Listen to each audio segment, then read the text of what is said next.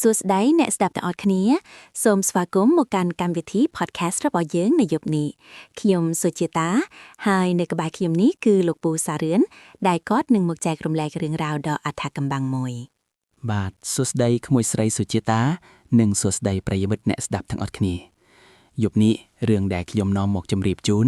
គឺជាដានអនុស្សាវរីយ៍ដ៏ព្រឺព្រួយមួយមកពីភូមិដាច់ស្រយាលមួយនាខេត្តបាត់ដំបងចាលោកពូឮថាជារឿងខ្មោចកូនក្រមុំមែនទេគ្រាន់តែឮចំណងជើងក៏មានអារម្មណ៍ថាព្រឺសម្បល់បាត់ទៅហើយ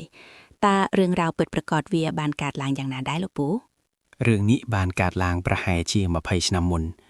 កាលនោះមានយុវតីម្នាក់ឈ្មោះនារីនាងជាក្មេងស្រីដែលស្អាតបំផុតក្នុងភូមិហើយក៏ជិតដល់ថ្ងៃរៀបការរបស់នាងជាមួយបុរសម្នាក់ដែលនាងស្រឡាញ់បំផុតផងដែរអូជាគ្រាដែលគួរតែមានសុភមង្គលបំផុតសម្រាប់ជីវិតមនុស្សស្រីម្នាក់តើមានអ្វីកើតឡើងចំពោះនាងទៅមែនហើយក្មួយប៉ុន្តែវាសនាពិតជាអាក្រក់ណាស់ត្រឹមតែ2ថ្ងៃមុនពិធីការមកដល់នារីបានធ្លាក់ខ្លួនឈឺធ្ងន់ដោយសារជំងឺអាសន្នរោគនាងបានចែកឋានទៅទាំងមិនទាន់បានពាក់អាវការដែលនាងបានត្រៀមទុកឡើយពិតជាគួរឲ្យសោកស្ដាយណាស់ចុះបន្ទាប់ពីនាងស្លាប់ទៅតើមានរឿងចម្លែកអ្វីកើតឡើងខ្លះក្នុងភូមិចាប់ផ្ដើមពីយប់ដំបូងការបូជាសពអ្នកភូមិម្នាក់ដែលដើរកាត់មុខផ្ទះសពនៅពាក់កណ្ដាលអធ្រាត្របានឃើញស្រីម្នាក់ស្លៀកឈុតកូនក្រមុំពណ៌សស្អាតបាតអង្គុយយំនៅមាត់បង្អួចខាងលើផ្ទះអូព្រះអើយចុះគាត់មិនដឹងទេថាជានារីដែលទើបតែស្លាប់គាត់ដឹងច្បាស់ណាស់គាត់ភ័យញ័ររន្ធត់រហូតដួលសន្លប់នៅនឹងកន្លែងលុះព្រឹកឡើងគាត់ប្រាប់អ្នកភូមិគ្រប់គ្នាប៉ុន្តែគ្មានអ្នកណាជឿឡើយរហូតដល់យប់បន្ទាប់មកទៀតអង្គសៀសធាតើមាននរណាម្នាក់ឃើញទៀតមែនទេលោកពូបាទគឺលោកមេភូមិទាល់តែនឡងគាត់បានឮសំឡេងភ្លេងការបន្លឺឡើងតិចតិចចេញពីគនោព្រៃក្បែរវត្តនៅពេលគាត់ដើរទៅមើលគាត់ឃើញក្បួនដង្ហាកូនក្រមុំប៉ុន្តែអ្នកដង្ហាទាំងនោះសុទ្ធតែគ្មានក្បាលហើយកូនក្រមុំដែលនៅកណ្ដាលគឺជានារីដែលស្លាប់នោះឯងអូ horrified and shocked គ្មានក្បាលលោកពូ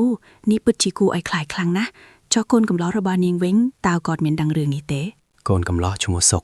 គាត់ស្រឡាញ់នារីខ្លាំងណាស់រហូតដល់ថ្នាក់មិនព្រមជឿថានាងស្លាប់រៀងរាល់យប់គាត់តែងតែទៅអង្គុយនៅក្រោមដើមពោធិ៍ធំដែលពួកគេធ្លាប់ណាត់ជួបគ្នា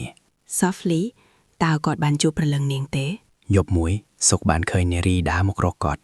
នាងស្លៀកឈុតកូនក្រមុំដដែលប៉ុន្តែមុខមាត់នាងស្លៀកស្លាំងដូចក្រដាសនាងបាននិយាយទៅកាន់គាត់ដោយសំឡេងត្រជាក់ស្រឹបថាបងសម្លាញ់ដល់ពេលយើងរៀបការហើយ Intense curiosity ចុះសុកធ្វើដូចម្ដេចតើគាត់រត់គេចខ្លួនឬក៏នៅទីនោះដោយសារក្តីស្រឡាញ់ខ្លាំងពេកគាត់មិនបានរត់ទេគាត់បានចាប់ដៃនាងប៉ុន្តែដៃនោះត្រជាក់ដូចទឹកកកអ្នកភូមិបានរកឃើញសុកនៅព្រឹកបន្ទាប់គាត់ដេកស្លាប់នៅក្រោមដើមពោធិ៍នោះដោយមានស្នាមញញឹមនៅលើបបូរមាត់ Thoughtfully and somberly ប្រហែលជាព្រលឹងរបស់ពួកគេបានទៅជួបគ្នានៅលោកខាងមុខហើយមែនទេ